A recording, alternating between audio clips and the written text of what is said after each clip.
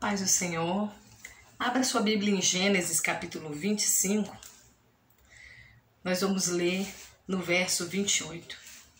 Senhor Deus, pedimos que o Senhor nos abençoe, nos revele a Tua palavra, a nossa mente, ao nosso coração, que ela frutifique em nossa vida, em nome de Jesus. Amém. Diz assim a palavra de Deus, Gênesis capítulo 25, verso 28. Isaque amava a Esaú, porque se saboreava de sua caça. Rebeca, porém, amava Jacó. Irmãos, hoje nós vamos refletir sobre a educação dos filhos. Nós estamos vivendo o período agora de Dia das Crianças e nós precisamos refletir sobre a educação, a atenção que dispensamos aos nossos filhos. Nós lemos nessa passagem da Bíblia sobre uma história em que um pai amava mais a um de seus dois filhos e uma mãe amava mais ao outro.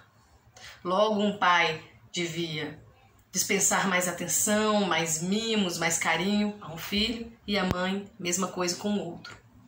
Há uma divisão nesse casal, no meio desse casal. E há uma divisão nessa família que vai se perpetuar ao longo de uns 2000 anos de história. Sim, às vezes, muitas vezes, as coisas que nós fazemos hoje, que nós julgamos ser pequenas, elas têm grandes consequências históricas. É óbvio que a história dessa família, ela está registrada nas Sagradas Escrituras. Mas muitas histórias que não estão registradas também têm fins dolorosos, porque irmãos tratados diferente, com carinho, uma atenção diferente, uma predileção por parte de um e de outro, muitas vezes se tornam rivais e isso tem consequência na vida dos primos, na vida dos próprios irmãos deles, né? Se eu trato diferente meus filhos, às vezes meus filhos, quando tiverem seus filhos, também vão fazer o mesmo. E isso aconteceu, pois um desses irmãos se chamava Jacó, o outro se chamava Esaú, esses irmãos que nós vamos refletir hoje, e vocês vão ver lá na frente que quando Jacó tem filhos, ele também trata um diferente, José, com grande predileção, com grande atenção, em detrimento dos demais, e isso gera um ciúme, uma rivalidade dos irmãos em relação a José, que culmina em José ser lançado num poço, ser vendido como escravo, ir para o Egito, e como de todo limão Deus faz uma boa limonada, Deus dá um fim proveitoso para essa família, apesar dessa tragédia, não só para José, mas para todos os seus irmãos. Deus honra José e também abençoa sua família, seus irmãos, seus pais. É uma história também de perdão aí. Mas essa história de Esaú, essa não é a história que nós vamos refletir hoje. Essa nós vamos refletir sobre a história de Esaú e de Jacó, que, por sinal, foi pai de José, né? E perpetuou essa situação de dar preferência a um filho em detrimento de outro. Então, nós como pais devemos ter atenção a isso. Vamos refletir nessa história. Bom, quando a gente olha para as Sagradas Escrituras, nós vamos ver lá, em primeiro lugar, que Gênesis 25, 23, antes mesmo dessa passagem que nós lemos, Deus já ciente de todas as coisas, né, onisciente, ele já diz, né, que dois povos surgirão do ventre dessa mulher, da Rebeca, e o mais velho servirá ao mais moço. O mais velho é Esaú, são gêmeos, nasceu primeiro, um pouquinho primeiro, e o mais moço Jacó, que nasceu com a mãozinha agarrada no calcanhar do seu irmão. Em Gênesis 25 e 27, 25 verso 27, Esaú vende o seu direito de primogenitura para seu irmão Jacó, por um prato de sopa, um ensopado de lentilhas. No capítulo 27, Jacó rouba a bênção de Esaú. Na hora do pai abençoar, era uma coisa extremamente importante, o Jacó, lá de conluio com a sua mãe Rebeca, que tem a ideia, ele se faz passar pelo Esaú. O pai dele já estava velho, cego, então ele põe a roupa do Esaú para ficar com o mesmo cheiro, ele leva a caça que o Esaú tinha combinado de levar para o seu pai, porque já estava ali separado, preparando, e o outro estava lá caçando sem saber de nada. Então o Jacó já leva um prato para o seu pai, ele coloca pelos de animais nas mãos, aqui no pescoço, porque o irmão era muito peludo, para fingir-se por seu irmão, e assim ele rouba a bênção final do pai dele. No capítulo 28, nós vemos que Isaac diz para Jacó para não tomar esposas em Canaã, tá? E para embora dali, casar com um dos filhos de Labão, uma das filhas de Labão, perdão, que é irmão de Rebeca, tá? Então Isaac, assim, vai para Padã Arã, encontra Raquel e se apaixona. No capítulo 29 nós vemos essa parte. Ele trabalha como servo para Labão por 7 anos, para tomar a mão de Rebeca, por sua mulher, só que Labão o engana, assim como ele enganava as pessoas, Jacó também foi enganado, e dá Lia a ele. E ele tem que trabalhar mais 7 anos para ter Raquel, né? Ele desposa Raquel depois do tempo de 1 semana de Lia e trabalha mais 7 anos por ter a Raquel como esposa. E elas geram filhos. Primeiro Lia, porque Raquel era estéril. O Senhor Deus viu que Jacó tinha grande predileção por Raquel, desprezava Lia e frutificou o ventre de Lia primeiro. Ele também trabalhou mais 6 anos por salário. Esse salário foi mudado várias vezes, porque quando o seu sogro Labão via que ele estava enriquecendo num determinado trato, por exemplo, o gado malhado é meu. Ele tá nascendo mais malhado, vamos trocar.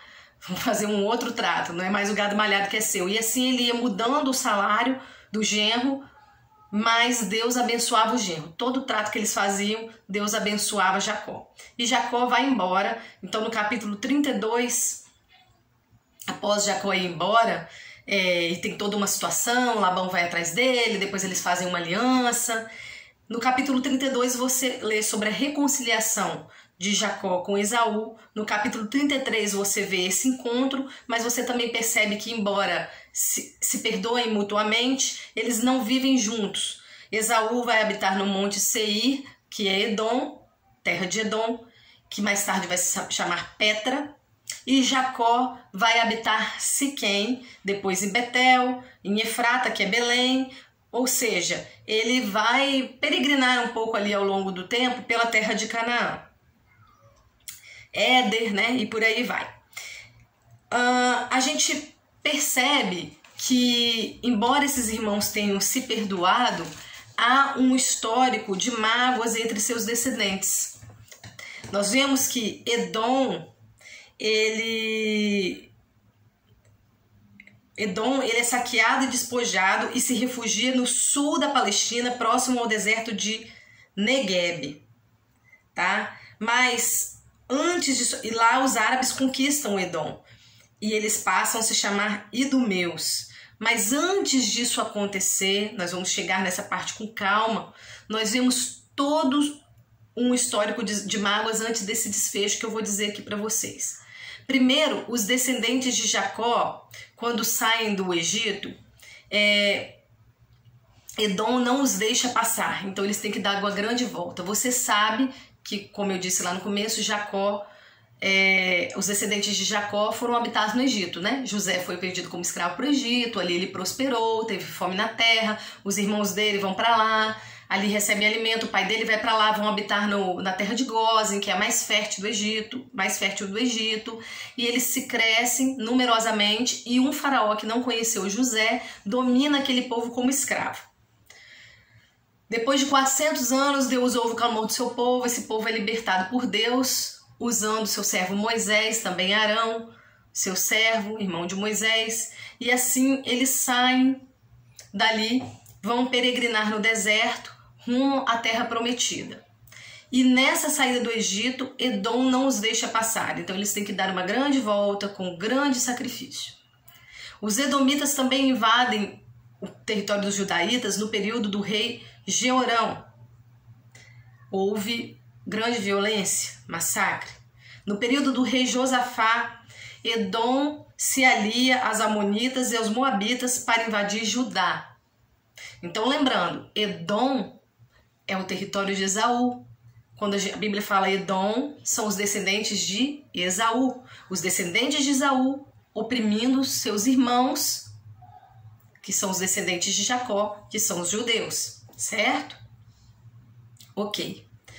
Quando você tem o período do cativeiro babilônico, em 586, você vê que quando os judeus foram levados cativos, os edomitas prendiam ou matavam nas encruzilhadas pelo caminho os judaítas que tentavam fugir.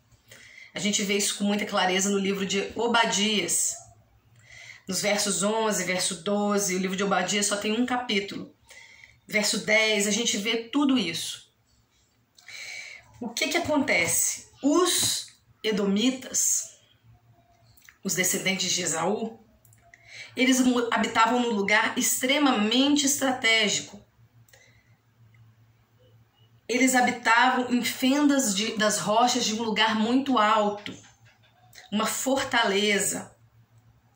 A cidade de Sela, para entrar lá, era extremamente difícil, porque era uma fenda. A entrada da cidade era uma fenda em que só 2 cavalos emparelhados conseguiam entrar. Então, eles eram extremamente soberbos. Eles pensavam que ninguém poderia os atingir, nem os derrubar das suas altas fortalezas. Eles também eram ricos, e isso também aumentava a sua soberba, porque por ali passavam caravanas de comércio.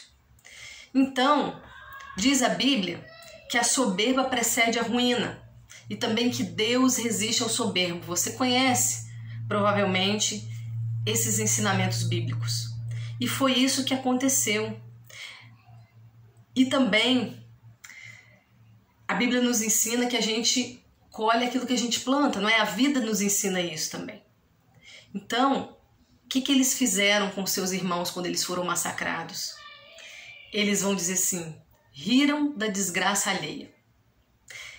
Ao invés de eles ajudarem, eles maltrataram ainda mais. Tem um ditado que diz que pisou em cachorro morto, não é isso? Eles pisaram num cachorro morto. Então, eles se aliaram à Babilônia. E eles aproveitaram a fraqueza dos seus irmãos para tripudiarem ainda mais, para saquearem, para fazerem o mal.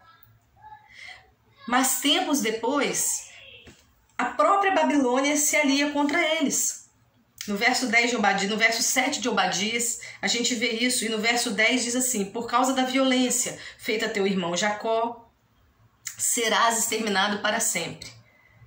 E o verso 11, o verso 12 vai dizendo isso. E no verso 15 diz: como tu o fizeste, assim será feito contigo. O livro de Obadias traz, foi escrito nessa época, né? Traz profecias sobre isso, traz revelações sobre isso e fala sobre essa história. O pastor Hernandes Dias Lopes faz um sermão muito lindo, estudos lindos, né? Sermões lindos. Eu já tive o prazer de ouvir 3 sobre o livro de Obadias, que registra tudo isso que eu estou falando com você, muitas informações, inclusive eu aprendi com ele, com esses sermões. Então, o livro de Obadias diz o seguinte: na casa de Jacó haverá livramento, e eles possuirão as suas herdades. Deus, se lembrando de Jacó, se lembrando de que seu irmão levantou o calcanhar contra ele. E a casa de Jacó, que é o reino do sul, será fogo. E a casa de José, que representa Efraim, o reino do norte, será chama. E Esaú será palha. O que o fogo e a chama fazem com a palha? Queimam. O que Deus está dizendo aqui? Que Deus vai abençoar a casa de Jacó, o reino do sul, porque aí os reinos dos judeus, né, já se dividiram ao longo da história. Na casa de Jacó, no reino do sul, ficou Judá e Benjamim. E na casa de José, representada por Efraim, as outras tribos, que é o reino do norte. Então, esses dois são fogo, são chama, e a casa de Esaú, palha, restolho. Deus está informando através do seu servo Obadias, que rejeitou a Esaú por conta dele ter se voltado contra o seu irmão no dia da calamidade. Então, o que a gente vê aqui? Que a casa de Esaú vai deixar de existir. A casa de Esaú vai deixar de existir. O que acontece? Edom é saqueado e despojado e se refugia no sul da Palestina, próximo ao deserto de Negueb. E quando os árabes conquistam Edom, a região passa a se chamar Idumeia. No século II, João Hircano os força a se circuncidarem. Mas Roma coloca, quando domina aquela região da Palestina, no ano 37 a.C., coloca uma família idumeia no poder. Herodes o Grande. Quem foi Herodes o Grande? Quem se lembra aí? Herodes o Grande foi aquele que matou os bebês para tentar impedir a vinda do Messias. Lembra dessa história? Que os reis magos procuram saber onde ia nascer o Messias, e Herodes o Grande, com medo desse rei que ia nascer, com medo de ser um reinado terreno, de roubarem o trono dele, manda matar os bebês para tentar impedir o nascimento do rei Jesus. O segundo Herodes é o Herodes Antipas, filho dele, que foi governador da Galileia. Herodes Antipas é aquele que mata João Batista. Herodes Antipas queria impedir Jesus de pregar. Jesus o chama de raposa. Herodes Antipas escarnece de Jesus porque queria que Jesus fizesse um milagre na frente dele. Jesus não faz, então ele entrega Jesus a Pilatos. Todos esses que eu estou citando para vocês são idumeus ou edomitas, ou seja, são descendentes de quem? De Esaú. E eles estão, de novo, tripudiando de quem? Dos seus irmãos judeus. Mais do que isso, do Messias, porque a salvação vem dos judeus. Jesus era um judeu. Então, o terceiro Herodes, o terceiro edomita, ou idumeu, como eles passaram a se chamar, o terceiro descendente de Esaú no poder, nessa época do Império Romano, é Herodes Agripa I. Herodes Agripa I, continuando a série de barbáries, mata o apóstolo Tiago, irmão de João, e prende Pedro para matar após a Páscoa. O quarto Herodes no poder, Herodes Agripa II. Herodes Agripa II era casado com sua irmã Berenice. Ele recebe Paulo e, ouvindo a pregação de Paulo, ele diz que quase se converteu ao cristianismo. Mas ele quase se converteu, então ele perdeu a sua chance. E aqui acabou a história do povo idumeu ou edomita, dos descendentes de Esaú. Porque Edom foi destruída. Edom foi destruída. A gente vê que no ano 70, o imperador Tito Vespasiano invade Jerusalém, destrói Jerusalém, os judeus são dispersos e os edomitas são destruídos. Não se tem mais registros históricos desse povo na Bíblia.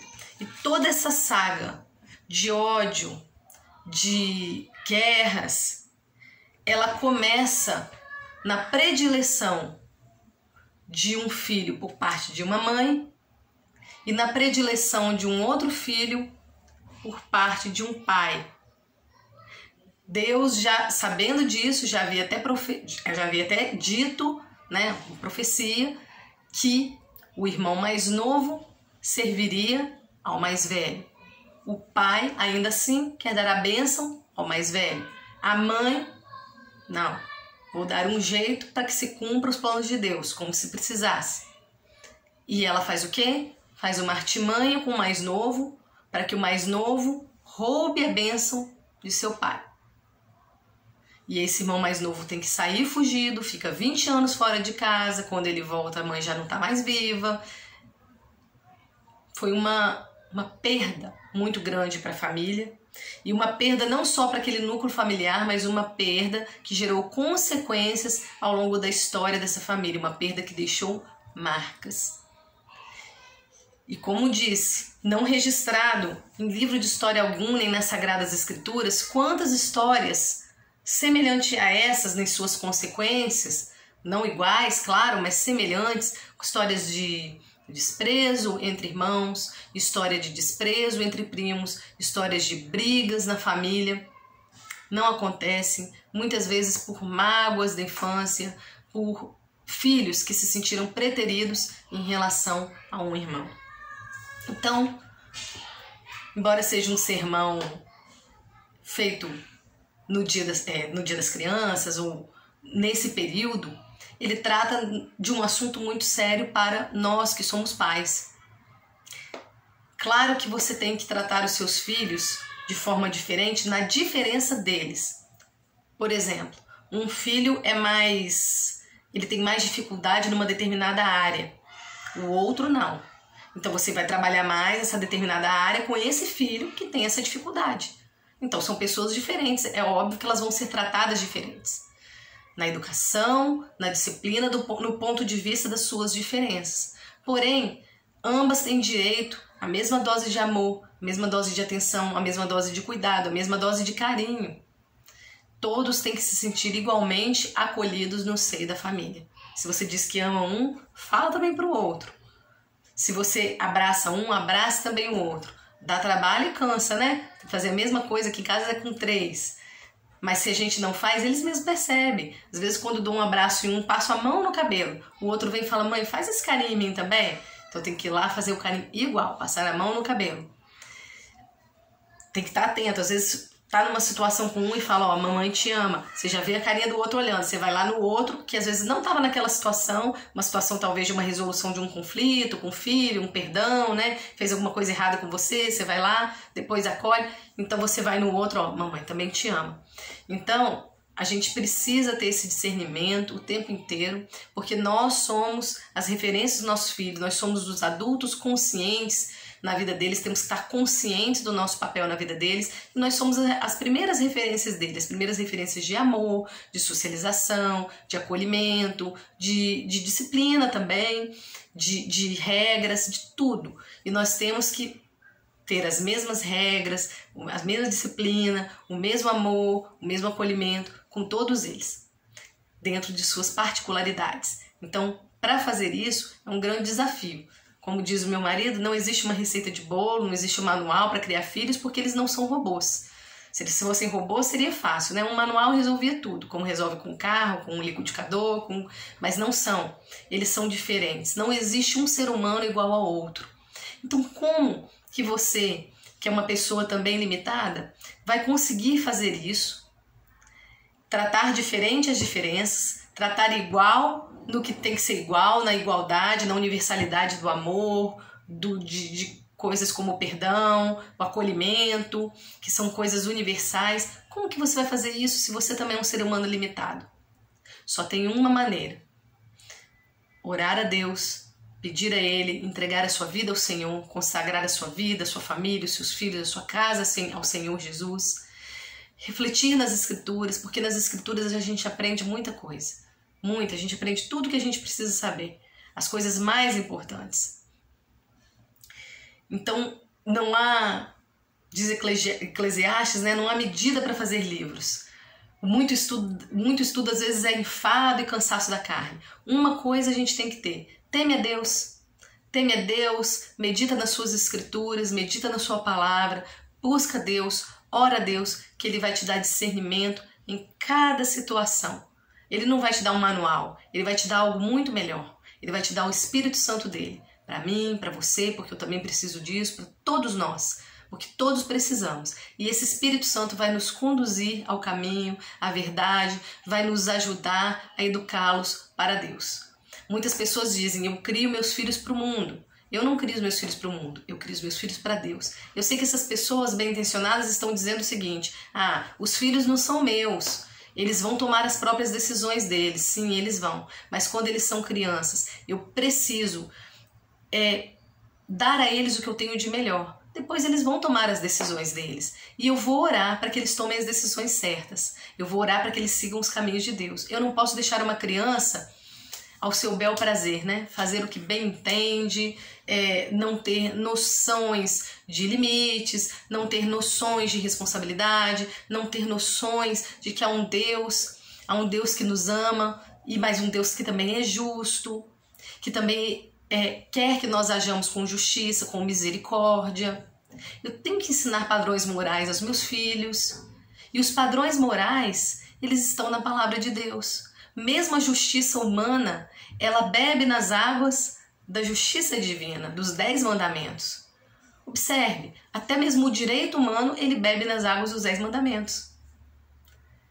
Então, nós precisamos ensinar aos nossos filhos, dar a eles bases, para que depois eles tomem suas decisões. Então, eu não crio meus filhos para o mundo, eu crio meus filhos para Deus, em nome de Jesus.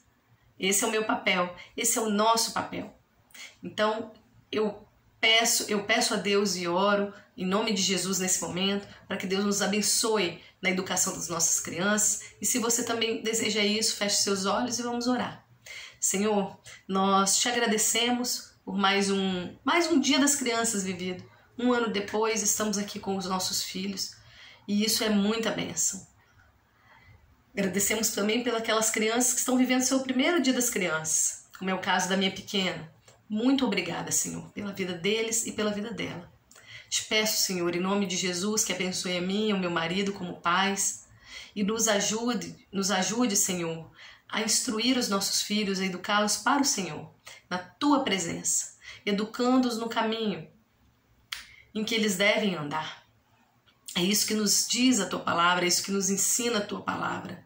Ensina a criança no caminho em que deve andar, e mesmo quando for velho, jamais se desviará dele. E é isso que nós te pedimos, Senhor. Também peço isso pelas pessoas que estão me ouvindo nesse momento. Meus amigos, meus irmãos de fé, eu peço que o Senhor os ajude na educação dos seus filhos. Pai, nos dê discernimento em cada momento, em cada situação. Que o Teu Espírito Santo esteja conosco, nos intuindo, nos mostrando, nos conduzindo e também a eles, Senhor. Que eles sejam cheios do Teu Espírito e que cumpram a missão que o Senhor os concedeu nessa terra. Em nome de Jesus, nós abençoamos as nossas crianças, as famílias aqui representadas, que nos ouvem, as crianças aqui de casa, e nós clamamos para que eles cresçam em estatura e graça diante do Senhor, Pai. Que sejam homens e mulheres de Deus, abençoados e abençoadores, que façam diferença nas suas famílias, na sociedade, e que consigam viver e anunciar as boas novas da Tua palavra. Em nome de Jesus é que nós oramos. Amém.